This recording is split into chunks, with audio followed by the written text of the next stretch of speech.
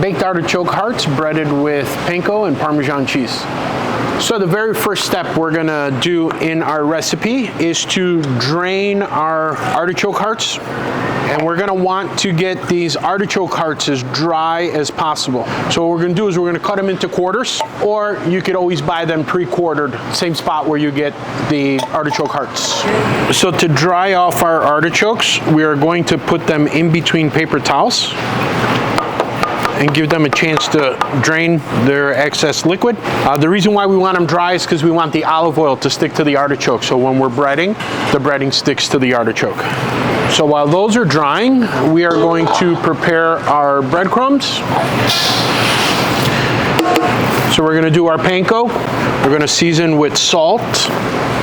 We're gonna go a little bit heavy on the black pepper, crushed oregano, some red pepper flake, and just a pinch of garlic.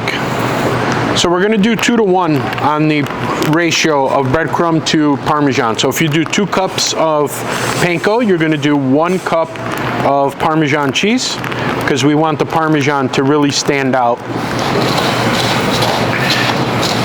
So we're gonna give our artichokes a little squeeze onto the paper towel. So little by little, we're gonna add our artichokes to the olive oil, and then we're gonna go from our olive oil, shake off the excess, and into our panko. And as you're breading, you want to pat the artichoke, because we want the breading to stick. We're gonna go to a parchment-lined cookie sheet or baking pan. So now that we're all breaded, we're ready to go into the oven. We're gonna go into the oven at 450 degrees, and we're gonna check it after about 7 minutes, because we may need to do a flip. So now we're gonna heat up our Vesuvio sauce. Our homemade Vesuvio sauce is ready to eat. Just gotta heat it and serve it. So we're gonna go right out of the quart into the pan. And we're actually gonna heat it over a low heat, because we don't want our Vesuvio sauce to burn to the pan. So we're just gonna give them a quick flip. And we're gonna go back into the oven for 5 more minutes. So when your artichokes come out of the oven, super important that you let them rest. You want the breadcrumb to kind of cool, because as it cools, it's gonna reattach itself to the artichoke.